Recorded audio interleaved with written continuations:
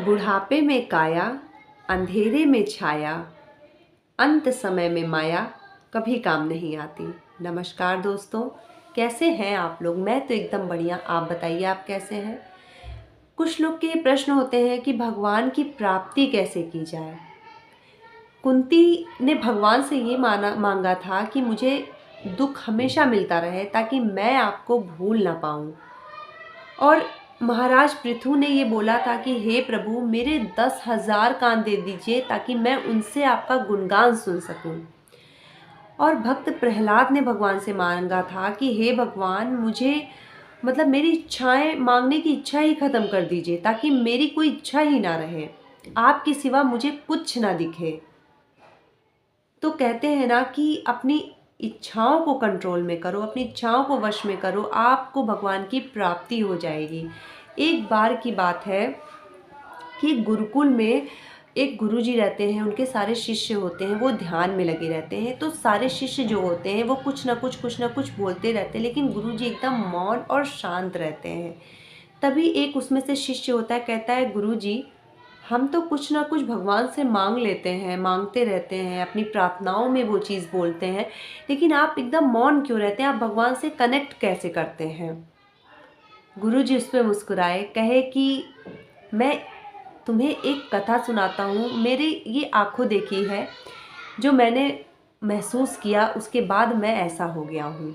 उन्होंने बताया कि एक बार मैं भ्रमण कर रहा था, तो एक जगह पहुंचा, वहाँ पे मैंने देखा कि एक राजा थे, उनके द्वार पे एक दीनहीन इंसान पड़ा हुआ था।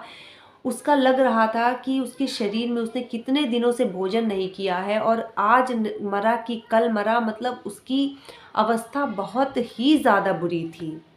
लग रहा था कि वो 1 घंटे में मर जाएगा कि 2 घंटे में मर जाएगा। जब राजा ने उसको देखा तो राजा ने उसको बुलाया, वहाँ से जो अपने सैनिक थे उनसे उनको पकड़ के वो ले करके आए। तो राजा ने कहा कि तुम्हें क्या चाहिए? उस भिखारी ने कहा कि राजन, मैं आपके द्वार पे हूँ, मैं आपसे क्या, मैं एक राजा के द्वार पे हूँ। अगर मुझे ये बताना पड़े कि मुझे क्या चाहिए, क्या आप मेरी स्थिति देख करके नहीं समझ पा रहे हैं कि मुझे क्या चाहिए? तो मुँह से बोल करके मांगने में क्या है?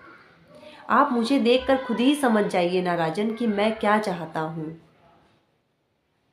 वो गुरुजी ने जब ये बात सुनी तो उनको तुरंत समझ में आया कि मैं तो भगवान से कहता हूँ, भगवान मुझे ये दे दे, वो दे दे, ऐसे दे दे, वैसे दे दे, लेकिन क्या जो सर्वज्ञानी है, सर्वज्ञाता है, पूरे ब्रह्मांड को चला रहा है, क्या वो मेरे मन की स्थिति नहीं जान सकता कि मुझे क्या चाहिए, मुझे कब क्या चाहिए, किस समय पे चाहिए, उसे सब पता है। तभी से मैंने ये सोचा कि अब मैं कुछ नहीं मांगूंगा, क्योंकि देने वाले को तो सब कुछ पता है। उसे जब देना होगा मुझे वो देगा, क्योंकि मेरे मन की स्थिति वो जानता है। तभी से मैं सिर्फ हाथ भगवान का ध्यान करता हूँ, हाथ जोड़ के, और मैं उनके द्वार तक जाके वापस आ जाता हूँ अपने ध्यान में। मांगता कुछ नहीं हूँ, क्योंकि उनको सब कुछ पता है कि मुझे कब क्या कैसे देना है।